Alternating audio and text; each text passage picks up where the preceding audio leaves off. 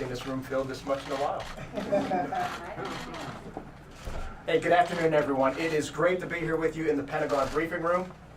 Since I became the Secretary of Defense last month, I have had the opportunity to meet with many of you both inside the Pentagon and during my travels. However, I'm especially pleased that the Chairman and I can spend some time with you all here today in the briefing room. The United States military has a proud history and a great story to tell. It is my commitment to the American people who entrust us with their sons and daughters to keep them informed of the work that our soldiers, sailors, airmen, Marines, and Department of Defense civilians do every day to keep our nation safe. While we have many avenues to engage with the media in today's world, moving forward, I intend to do these briefings to maintain an open dialogue about the Department's activities. Our head of public affairs and a representative from the Joint Staff will also begin holding regular press briefings. My aim today is to give you an overview of my first 30 days in office and to talk about my priorities for the Department. In short, it has been a very busy first month for the team, and I'm very encouraged by the progress we are making. That said, our direction remains fixed. We are committed to the National Defense Strategy and its 3 lines of effort: building a more lethal force, strengthening our alliances and partnerships, and third, reforming the Department for better business practices.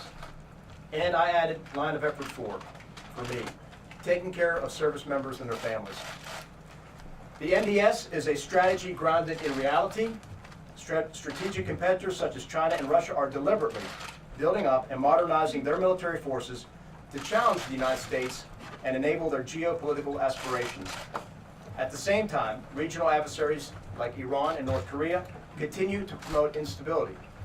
Thus, the Department's central challenge is to balance current requirements with the needs of the future. Both require our time and resources, and so to get this balance right, we need to make tough decisions. To enable this decision-making, we have modified our battle rhythm. Every Monday, all of the Department's senior leaders, uniformed and civilians, are now meeting twice in separate sessions as a leadership team to ensure our priorities are aligned and to measure progress towards implementing the National Defense Strategy. Our policy team has been fully integrated into our planning processes and is leading the NDS reviews, exercising civilian control over those efforts. The idea is to take a hard look at our activities so that everything we do drives towards our strategic objectives, which are designed to achieve our policy aims. If something doesn't, then we ask ourselves, why are we doing it, and what should we be doing instead? We've also begun a defense-wide review process. The goal of this review is to identify time, money, and manpower that can be reallocated to our highest priorities in support of the NDS.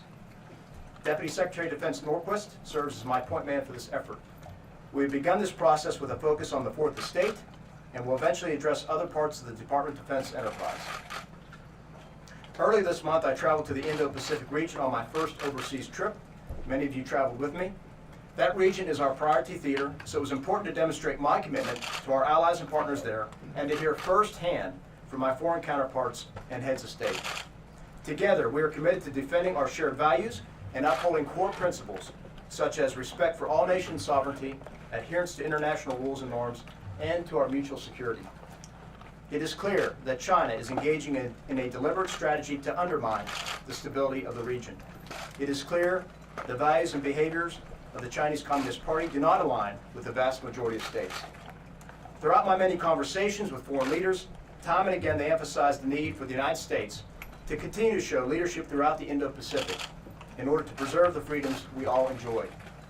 We will continue to expand our defense activities throughout the region in close cooperation with our allies and partners while pressing for equitable burden sharing from them as well. Next week, I'll be traveling to Europe to meet with some of our NATO allies to discuss the U.S. posture in Europe and our ongoing efforts to deter Russian aggression. I had the opportunity, as many of you know, to attend the NATO Ministerial this past June, where we discussed a broad range of issues to include the INF Treaty, the state of NATO readiness, the future of Afghanistan, and how to address continued malign behavior by Iran. On that last point, I am pleased to report that Operation Sentinel is up and running, with the UK, Australia, and Bahrain joining us in this effort. The purpose of this operation is twofold. First, to provide freedom of navigation for the commercial shipping that is so vital to global economic trade, and second, to deter provocations and avoid conflict in the region. We remain in discussions with many nations who have a stake in the openness of this region, and we expect to see the list of participants continue to grow. I'm also excited for tomorrow's activation of the United States Space Command. To ensure the protection of America's interests in space, we must apply the necessary focus, energy, and resources to the task, and that is exactly what Space Command will do. As a unified combatant command, the United States Space Command is the next crucial step towards the creation of an independent Space Force as an additional armed service. Additionally, we're making steady progress with Senate confirmations, as we currently have 5 nominees who will have their hearings in the next couple weeks, and another 8 who are undergoing White House vetting. Finally, as a personal priority of mine, we remain focused on the well-being of our service members and their families. Last month, we stood up the PFAS task force that is now working with EPA and other government agencies to develop a comprehensive plan to mitigate PFAS contamination on our military installations. We are also continuing to work closely with our privatized housing contractors throughout our military installations to ensure our families are living in safe and secure housing that they deserve. I met with the service secretaries just the other day to discuss this issue. Now, year after year, we are proud that the United States military remains the most trusted institution in America. This is vital to our success in defending the nation, and I'm committed to preserving this trust by ensuring that we recommit to our profession's core values. I reinforced this shortly after my confirmation by sending out an ethics note to the entire force, and I talked about it yesterday at the Naval War College. Our relationship with the American people and the Congress remains strong, and we are thankful for the 2-year budget deal, which will give us the predictability needed to advance the NDS and protect this great country. It is vital, however, that Congress passes the NDAA and defense appropriations bills on time for the coming year. As I've expressed to members of Congress on many occasions, to include yesterday, continuing resolutions harm our military readiness and stifle our modernization efforts. As such, I urge Congress to work together in a bipartisan manner to ensure the defense bills are passed by October 1st. With that, I look forward to taking your questions today, but first I welcome General Dunford to make his opening remarks. Thank you. Thank you, Secretary. Good afternoon, ladies and gentlemen. Secretary Esper spoke about his priorities and his commitment to the lines of effort that are outlined in the National Defense Strategy. Before we take your questions and talk about current events, I want to further address how we have aligned to the NDS and adapted. There's 4 characteristics of today's strategic landscape that are driving adaptation across the Joint Force. The return of great power competition, that's addressed in the NDS. Changes to the character war leaders in the department have been speaking about that for some time. The capacity of the force relative to our operational commitments over the past few years have obviously increased in an unprecedented pace of change in virtually every aspect of our profession. In response, we're adapting how we plan, how we support the Secretary to make decisions, how we prioritize and allocate resources, and how we are developing tomorrow's capabilities. And I'll briefly touch on each one of these areas. First, we've shifted from a traditional focus on operational plans for specific contingencies to plans that are globally oriented on each of the challenges addressed in the NDS: China, Russia, Iran, North Korea, and violent extremism. We've also scheduled a series of globally integrated exercises with participation from across the U.S. government interagency to refine our plans and to assist the Secretary in making decisions. And importantly, we've changed the way we prioritize and allocate resources across the combatant commands to better align with the National Defense Strategy. And given the pace of operations over the past 18 years, we've paid particular attention to establishing a more sustainable operational tempo. And this allows us to do what the Secretary has identified in his 4th line of effort. It allows us to better take care of our people, and it also allows us to increase readiness. And finally, to ensure that we have the military we need for the future, we've planned a series of exercises, experiments, and war games to better inform how we adapt the force we have today and define the force that we need tomorrow. And once again, aligned with the NDS, it's important to highlight that we've fully integrated our allies and partners into the initiatives I've described. And with that brief update, the Secretary and I will be glad to take your questions. Great, thanks, Chairman. Thank you, Mr. Secretary and General Dunford. Thank you. Mr. Secretary, it's good to hear that you're going to resume regular press briefings. That'd be appreciated. A question for each of you, if I may. You mentioned Iran, you mentioned Operation Sentinel, Mr. Secretary. It hasn't been that long ago that the U.S. almost went to war with Iran in the sense that there was an attack planned that was called off at the last minute. In recent weeks, it seems to have been relatively quiet. There's been no sabotaging of vessels in the Gulf. I'm wondering if, has the crisis passed? And may I ask a question of General Dunford on Afghanistan? I asked this, General, keeping in mind that you are close to retirement and that you've spent a good part of your recent career focused on Afghanistan. At this stage, when negotiators are talking about getting close to a deal that would call for the U.S. to withdraw its forces from Afghanistan, I'm wondering how you feel about essentially walking away from Afghanistan with no counterterrorism forces on the ground as opposed to over the horizon or some other form. Is that a wise course in your view? So I'll go first, and I'd admonish you, don't mention the R word again. He's not going anywhere yet. He's got A month is a long he's got, time. he's got a few more weeks. Look, on your first question, Bob, we are not seeking conflict with Iran. We want to engage with them diplomatically. You saw over the weekend some reporting. The president once again said that he's more than willing to meet with Iran's leaders to resolve this diplomatically, and that has been the purpose of Operation Sentinel, was to avoid a situation that would get us off of that track and onto a different one. So to the degree that's been successful, that's good. I'm not sure I'm ready to call the crisis over yet, but so far so good, and we hope that trend lines continue that way, and we hope that the parties, that the Iranians would agree to meet and talk and help us resolve these issues. Hey, Bob, when I think about Afghanistan, I think about two things. Number one is we don't want Afghanistan to be a sanctuary from which the homeland can be threatened, the American people and our allies can be threatened. And the other is we want peace and stability in Afghanistan for the Afghan people. I think any of us that have served there have long known that what's going to be required is a negotiated peace settlement, inter-Afghan dialogue leading to that peace settlement. And so when I think about, when you say we're going to withdraw, I don't think about it as we're going to withdraw. I think about we're going to initiate inter-Afghan dialogue, ideally leading to peace and stability for the Afghan people. And again, Afghanistan not being a sanctuary from which we can be attacked.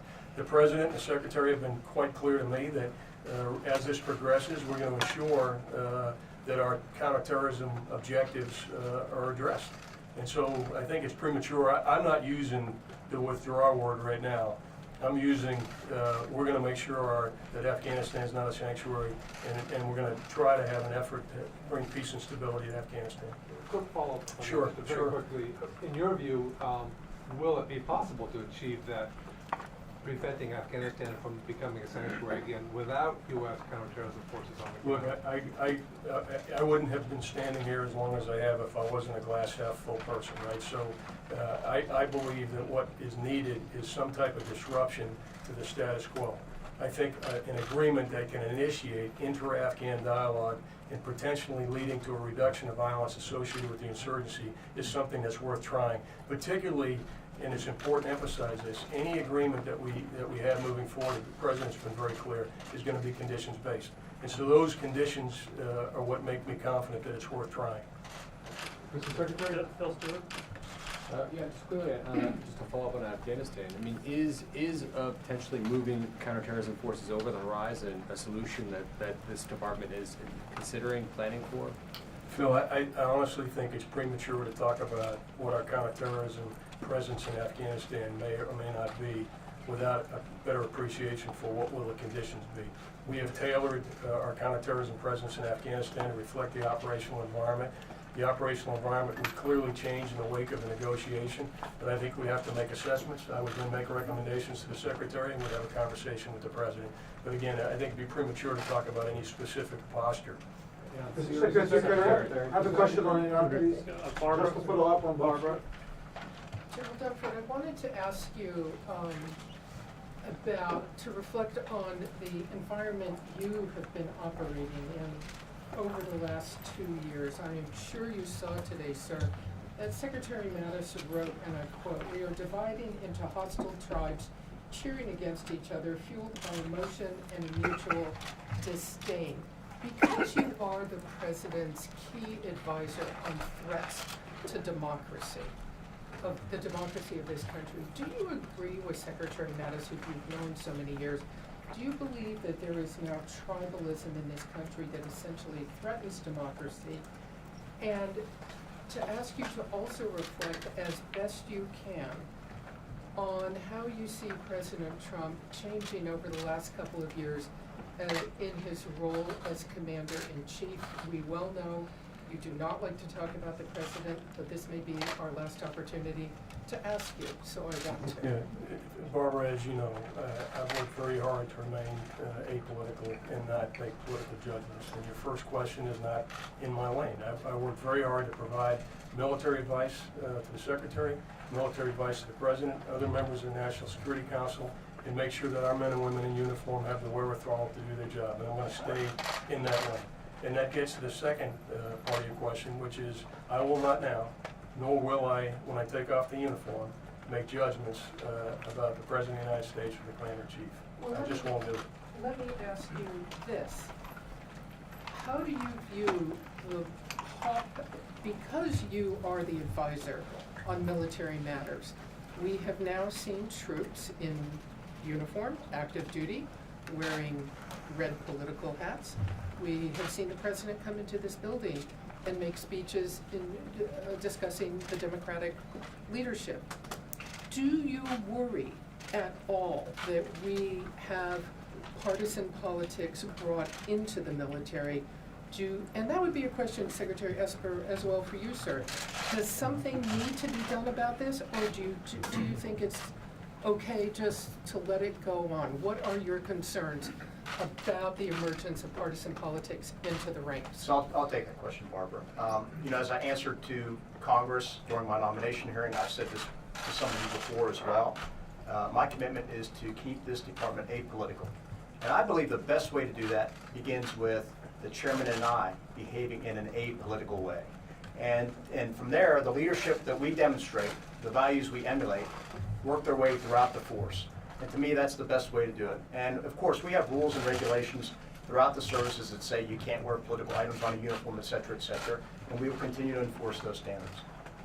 Jennifer? If I could just follow up on Afghanistan for both of you. Are the Taliban wrong in saying that in 24 months all U.S. troops will be out of Afghanistan? Can you rule that out? Jennifer, I'm not going to make any comments with regard to the diplomatic negotiations going on right now. They are where they are, and we get to let this play out, and then we'll be able to answer all of your questions with regard to an agreement, if it ends up being an agreement. Jennifer, the only thing I'd emphasize, the Secretary and I have talked about this many times. Some of you may not hear this when you hear bits and pieces that appear to be, it's mostly speculation. But the one thing that's been clear in all of our meetings is that any agreement is going to be conditions-based. And the President's been very clear about Afghanistan not being a sanctuary from which we can be attacked, and that this is going to be done in conjunction with Afghan leadership. Just a follow-up, you were the top commander there and you used to deal with the Afghan government. The Afghan government feels that they've been left out of these talks. Do they have legitimate concerns? I will tell you this, I leave the State Department to characterize the specific interaction that we've had with the Afghan government. I recently visited Afghanistan. I met with the Minister of Defense, Minister of Interior, General Miller, Ambassador Basher, and engaged with the Afghan leadership in Kabul virtually every day to make sure that there's transparency in this negotiation. I view any agreement that would be pending as something we're doing with, not to, the Afghan people. Among all parties. Question on Iran, please.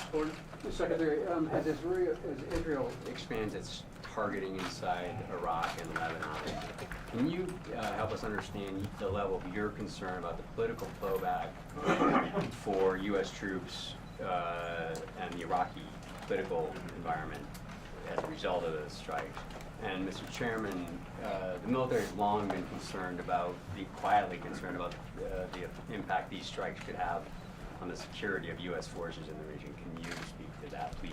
In the first part, I'll say obviously we are in Iraq at the invitation of the Iraqi government, and we are there and focused on one thing, our forces, and that is working with and through the Iraqi forces to execute the de-ISIS campaign, and that's where we are focused. And obviously we're concerned about anything that may impact our mission, our relationship, or our forces.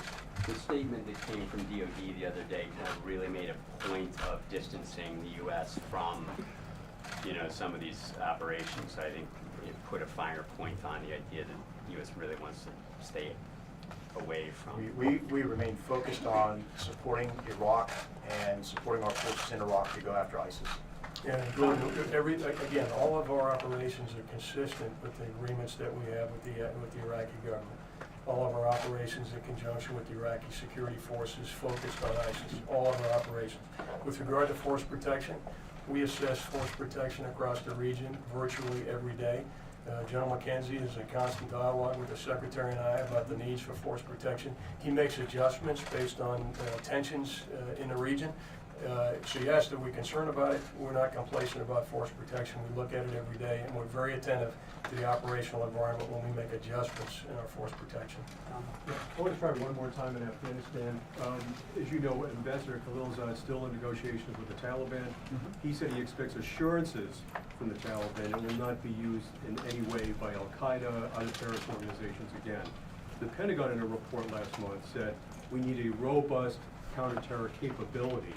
So, just to be clear, do you need both the assurances and the capability, even though we don't know what the capability at this point will look like? If you both could address that. Well, again, I'm not sure which report you're referring to that came out of the department. Lots of reports come out every day, as you all know. All I'll say again is, the state has a lead on this. Ambassador Khalilzad and his team have done great work. We've been involved with them. We have people involved with him, as is General Miller on the ground. And I'll, defer to him to comment on what he wants to comment. But we are not going to get involved in commenting on the diplomatic process. Well, no, that's not my point. My point is, do you need a counterterror capability in Afghanistan once there's a peace deal signed? Can you Yeah, both address I that? think you answered that already, but I'll let you go. Tom, I'm not trying to be evasive, but something I've said even in testimony is, look, we have enduring security interests in the region, diplomatic interests in the region, and economic interests in the region. And the form of our presence to advance our interests in those areas is going to change over time. And so any discussion about capability is going to be benchmarked against the threat, but as importantly, against the capacity of our partners in Afghanistan to deal with that threat. So could we talk conceptually about a time in the future when the Afghan security forces can deal with security in their country by themselves? You can, but we're not prepared to have a specific conversation about when that may be or what capability would be associated with what operating But the environment. bottom line is the U.S. will need some counter-terror capability in Afghanistan. We will need our interests addressed. Thank you again for doing this briefing today. We really appreciate it. North Korea has been launching salvos of missile tests recently. I know that the White House has downplayed them because they don't violate the agreement with Kim Jong-un.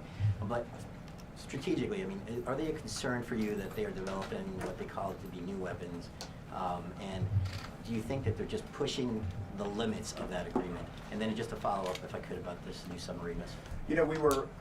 I talked about this on my trip to the Indo-PACOM. I had this discussion with both my counterparts and the heads of state in both Japan and Korea about these tests. And obviously, we are concerned about their short-range ballistic missile tests. We want to understand what they're doing, why they're doing, et cetera. But on the other hand, we're not going to overreact.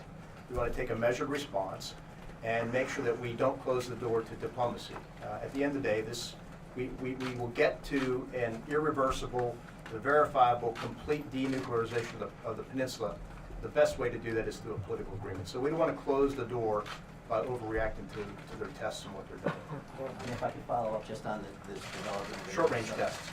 But of a new submarine ballistic missile, we know that they've been developing this capability for a while. Are they on the verge of something that could be a game changer because potentially could be an ICBM launch? Yeah, I don't have anything to add to what has already been reported in the open press. Mr. Secretary, and thank you, Tara McClatchy. I wanted to get back to what you were saying about taking care of the people. And over the last 2 decades of war, a number of servicemen have come in contact with things that are potentially cancer-causing, the air they breathe, the fire, the burn pits, a lot of the aviation. You're dealing with the PFAS, but overall, are you concerned about the potential rising rates of cancer within the military and veteran community? And are you looking at any ways to make establishing service connection easier for those veterans as they age and potentially, 10 years down the road, see that they've come to develop a type of cancer that maybe was because of what the air they breathed or the vehicles they were in, et cetera? Yeah, sure. I mean, this goes back to my days in the service. After my tour in the Gulf War, we had a community called Gulf War Syndrome that was out there, and still many folks suffer from it. The VA has the lead on this. I haven't talked to VA Secretary Wilkie in a while. He and I go back many years. He is completely committed to our service members and the veterans, and those are that is one of the areas where I want to improve and make sure we're doing everything we can to assist soldiers, sailors, airmen, and Marines as they transition out of the service into the VA system, and then make sure that we tackle some of the things that you're talking about. I have a question on Iran, sir. Would you mind if you answer my question on Iran, please? I have a follow-up on Iran, please. Two quick follow-ups, actually. One, to Tom's question, Colonel Dunford. When you said that there might be a time in the future where the Afghan partners have the ability to be the counter-terror force to keep any kind of terrorism out of Afghanistan, that might be in the future. Are they capable of that now? Are you ready to say the Afghan security forces could secure that country without outside help? In the current environment today, at the level of violence associated with the insurgency, and if we and the Afghans agree that some degree of support is necessary, that's why we have forces on the ground inside of Afghanistan today. But again, I want to make sure when I spoke about Afghanistan securing itself in the future, I was very clear. I'm not affixing a time horizon to that or specific conditions. I was just answering the question. Right now, it's our judgment that the Afghans need support to deal with the level of violence that is associated with the insurgency today. If an agreement happens in the future, if the security environment changes, then obviously our posture may adjust. And that's more than monetary support, it's actual physical military support of it. That's right, and those are all, that's a level of support we're providing today that will change. One thing I'm sure, based on even since my time in Afghanistan, many of you recall we had 140,000 coalition forces there when I arrived in 2013, and about 15,000 or 22,000, I think, total coalition and U.S. forces today, so significantly different. The one thing I'm sure of in the future is that our posture is going to adjust. And then one quick to follow up on Louis' question, Secretary Esper, North Korea. Since it seems that these short-range missiles have been a response to the U.S.-South Korean exercises, computer-based exercises, what does that say about the future for any larger-scale military exercises between the U.S. and South Korea? Will we ever get back to the point where there are the large-scale, tens of thousands of troops, weeks-long military exercises? Well, the key is to make sure we're doing things that we need to do to preserve our readiness. And I've had this discussion a couple of times with General Abrams on the peninsula. The Chairman may have, I'm sure has as well, may want to comment. And just 2 weeks ago when I was in Seoul, he and I talked about that. He feels that the training and exercise plan we currently have underway is sufficient to maintain our readiness on the peninsula with our ROC allies. Courtney, what I would So say, that may or may not mean going back to whatever it was. I trust the commander's assessment on the ground. our exercises in the past were designed to do two things: deter North Korea and enhance the readiness of our collective forces, combined forces. We made an adjustment to the posture of our exercise, the visibility of our exercises in support of the diplomatic effort to denuclearize the peninsula. When we made that adjustment to have less visible exercises, we found other ways of maintaining high level of readiness. But I would tell you, representing the leadership in uniform, we've talked a great deal with General Abrams, Admiral Davison, and now the Secretary, and we're confident that the exercise and training program that we have in place right now will allow us to maintain the requisite level of readiness. Aaron Manna. Thanks. I wanted to just ask about Turkey. There's been kind of mixed signals about Turkey with the S-400 and the F-35. Secretary Esper, if Turkey was to say, hey, we're getting rid of the S-400, or we're even just going to put it in a warehouse, we're not setting it up, does that qualify then to return with the F-35 program? Is that something the Pentagon would consider? No, not my book. Okay. I mean, I've been very clear in both my public comments and privately with my Turkish counterpart. It's either the F-35 or the S-400. It's not both. It's not park one in the garage and roll the other one out. It's one or the other. So we are where we are, and it's regrettable. As I've said, Turkey's been a long-standing, a great partner and ally, and I would hope that they would move back in our direction and really live up to what NATO agreed to many years ago, and that was to begin divesting of Soviet-era Russian equipment, and they seem to be moving in a different direction. So if they were to say, hey, we want to get rid of the S-400, we made a mistake, we're walking this back, would you be open to them rejoining the F-35 program? They would have to, again, get rid of the S-400 program and be completely out of the country and out of whatever, and then we could consider that. And then, for the General, you've been one of the maybe most outspoken people who traveled to Turkey. You've been there many times and met the leadership. In your estimation, what is the relationship between the U.S. government and the Turkish government right now? Sure. Here's what I tell you. This is what I tell my counterpart almost every time we meet. I said, look, when I look at Turkey and the United States, it's very clear to me that we have many more areas of convergence than divergence. And many of these areas of divergence are kind of near-term issues, they're difficult issues, no question about it, but they're issues that we can work through.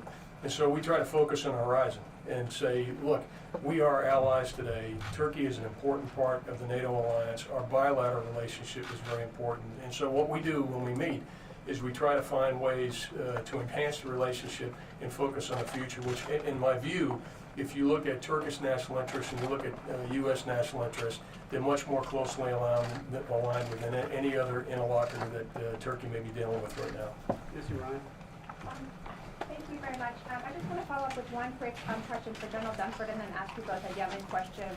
General Dunford, building on Barbara's question about partisan politics, is it your judgment that some of the events that she referenced, the MAGA hats, some people would add, using military funds for the border wall, do you believe that those things have damaged the military or jeopardized the military's nonpartisan or apolitical tradition?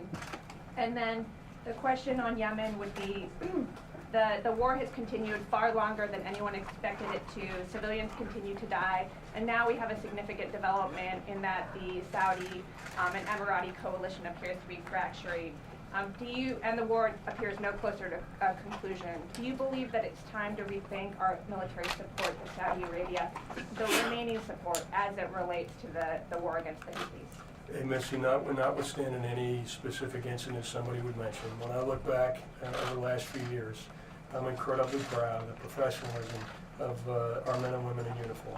And with very few exceptions, they have conducted themselves in a manner very consistent with our ethos and with our values. And so we take every one of these issues seriously. We address it when it occurs. By and large, many of these issues are addressed by sergeants majors, first sergeants, chief master sergeants on the scene. And they're not things that rise to the level of the Secretary of Defense or the chairman. But again, I wouldn't want, to answer your question specifically, I wouldn't want any of these specific incidents that have been raised to characterize the men and women in uniform. They have done exactly what we've asked them to do by and large during a period of time, and I would acknowledge in Barbara's question, it has been a very politically turbulent period of time. And yet, almost 80% of the American people still have trust in the United States military as an institution, and we take that very seriously to maintain that trust. This is one of the things when I spoke to the students at the Naval War College yesterday. I spoke to them about maintaining our ethics and our values, because we are regarded by society very high, probably the highest institution in America, but it's a fragile thing, and we have to safeguard it, and we safeguard it by practicing on a day-in, day-out basis our professional values and our ethics. So it's something that he and I will continue to push forward. And then on Yemen and Saudi Arabia? Yeah, I almost forgot the question. Look,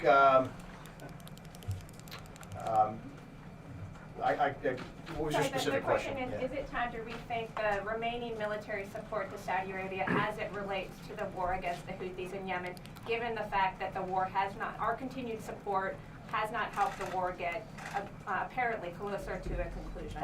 Our support has been very limited, and limited to helping them on the for their defensive purposes. So, you've outlined some things. We'll see where it goes. I think with most of these conflicts, they often end in a political agreement, and we'll see if the parties are ready to move to that stage. Hi, sir. Mr. Secretary, as you said, you were in the Indo-Pacific region. Yeah, with you. Recently. Yes, exactly. And when you were there, you seemed pretty hopeful that you would get some kind of resolution to the South Korea-Japan spat. Obviously, we saw South Korea pull out of that military intel sharing agreement. So I'm wondering if you see the path going forward. Do you see that there's a possibility of resolving this with little impact to military operations? Yeah. And then, General, for you, are you seeing any impact to military operations due to getting out of that path?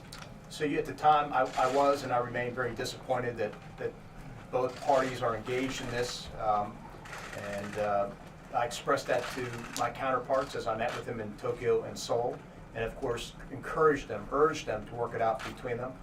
And look, I am a half glass full person as well. I'm hopeful that they'll get beyond this, because as I articulated to them, look, we have common threats facing us, North Korea and China, and bigger threats, and we're stronger when we all work together. And I think, again, when you look at the ledger, we share more interests and values and things in common than we do not. And I want to build upon that and hopefully resolve this quickly, move forward, and get back on the important track we need, and that is really thinking about North Korea in the near term and China in the long term, and how do we work together, how do we broaden our partnerships, strengthen our alliance, and make sure we're prepared for the future. And Laura, to answer your question, I haven't seen an impact on military operations right now, but I share the Secretary's disappointment in what I view as a setback in the relationship between South Korea and Japan. I think that's a very important relationship. Admiral Davison works on that hard every day. I've worked on that for the entire 4 years I've been a chairman, to have a good relationship, and I think it's in our collective interests, meaning Japan, South Korea, and the United States, for us to have an effective relationship amongst the three of us, and we're going to continue to try to work and make it get back in a positive direction. And just to follow up on that, if there is some impact, do you have contingency plans to deal with that if some of this? And we have other ways of sharing information. Obviously, not as effective as a very strong bilateral information sharing agreement between the two countries, but there are other mechanisms in place to allow us to deal with alliance crisis or contingency. Jeff? Thank you. Question for Secretary Esper. President Trump has said repeatedly the U.S. could win the war in Afghanistan at the cost of millions of Afghan lives. Does the United States retain the right to use nuclear weapons against the Taliban? Jeff, we reserve the right to keep all options on the table, but look, clearly we have a plan going forward. The key to resolve this conflict is a political agreement. We're on that path right now, and we're hopeful that we can reach some type of conclusion that would result in a political agreement that can get us on the right trajectory. Well, does it help the Question on Iran, please. Well, does it help the ongoing negotiations when the president repeatedly says that the United States could kill millions of Afghans to end the war? I think this administration is committed to finding a path forward that, again, achieves certainly a few things. One, of course, being that Afghanistan is no longer a safe haven for terrorists to attack the United States. And secondly, one that results in a intra-Afghan agreement that allows all the stakeholders there in the country to move forward on a different trajectory than what they are on now. Thank you, Mr. Secretary. Recently, you had a phone conversation with the new India's defense minister. Can you give us a sense what kind of relationship you want to build up with India? Yeah, as you all know, I don't like to talk about private conversations I've had with folks. It's just a good rule of thumb I've always lived by. But I will say that we had a very warm conversation. We talked about our mutual strategic interests and then discussed some next steps by which we can work together more closely. Carla? Thank you, Mr. Secretary, Mr. Chairman. Question for you, Mr. Chairman, on Turkey and Syria, and then for you on the border wall. The U.S.-backed Kurdish forces in Syria have said that they began withdrawing from 2000 because of this safe zone. Explain to us, what exactly has the United States military agreed to? Are there going to be joint patrols for this safe zone? Give us up to date. Yeah, no, Carla, thanks. Look, to put in context, there's two things we're trying to do, right? Number one, we're trying to maintain continuity in our campaign against ISIS in Syria. And number two, we're trying to address what are legitimate concerns by the Turkish government for the border between Turkey and Syria. So we're trying to balance those two ends. And as many of you know, we've been having conversations with all parties now for 2.5 years, working our way through this. We recently agreed, so some of the specifics, we recently agreed to set up a coordination center. So right now in Ankara, this was set up in the recent days. United States European Command, Central Command, Turkish General Staff are now in a coordination center inside of Ankara. We've also made agreements to immediately address some of the threats along the border between Turkey and Syria, removal of heavy weapons and those kind of things. With regard to your specific question, combined patrols and those kind of things, that's all being worked out in the coordination center. So what we've agreed on is the threats. We've agreed on a broad approach. The Secretary has spoken to his counterpart. I've spoken to my counterpart on a broad approach to address that area along the border between Turkey and Syria. But honestly, every day we're going to grow this capacity, and the whole purpose of setting up the coordination center is so we can drive down to the appropriate tactical level between commanders the specific actions we'll take every day to eliminate the threats. Oh, and I had a border patrol. Do we have a date on when the joint patrols are going to start? No. Okay, No. and then on the border wall, sir, why did you agree to build an additional 20 miles of border wall? Can you elaborate on your decision, and how much has this cost DoD total, the deployments and everything? Yeah, I don't have a total number for you in terms of cost. We can get that for you. On the first part, as I recall, The reason why we were able to do 20 miles is because the Corps of Engineers were successfully negotiated lower prices than expected, which freed up money to do more miles. It was as simple as that, and that's my recollection. If I'm mistaken, Jonathan will clean it up after me. Right, we're going to go Joe Cabot here, and then last question, Megan from Military Times. Thank you.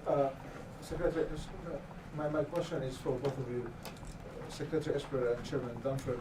Have you seen any evidence that Iran's military capabilities or Iran's military readiness, either the IRGC or the Quds Force, have been diminished, weakened because of the U.S. military buildup in the region and because of the U.S. sanctions on Tehran? I don't talk about intelligence matters, first of all. I would say it's fair to state that between our presence and the presence of our allies and partners in the region, I think so far, the point made earlier, we've, further bad provocative behavior has been deterred, and that's a good thing. Because again, as we continue to reach out, I've said many occasions, we want to talk with Iran and talk about a diplomatic path forward. And I wouldn't today draw a correlation between the forces we put in the region and degrading Iranian capability. The forces that are in the region that the Secretary approved are to deter aggression and to provide the President with options in the event that deterrence fails. So it hasn't had a material effect on the actual capacity of the Iranian forces or their proxies. Go Megan for the last one. Hi, for Secretary Esper, are there plans to send more troops to the border mission or to withdraw any of the ones that are still there? And is there a possibility that this wall might end up being built piecemeal completely with DoD funds and under DoD supervision? Well, I don't know about the second part. It'd be speculative. I think on the first part, our response in terms of providing more resources and more troops depends on DHS needs, and we look at them on a case-by-case basis. So nothing comes to mind immediately. Maybe I'm missing something, but we flex that force based on DHS's needs at the border, and of course their needs at the border ebb and flow based on what they see approaching the border, trying to handle folks and whatnot. So. All right, guys. Thank you. Okay. Thanks, everyone.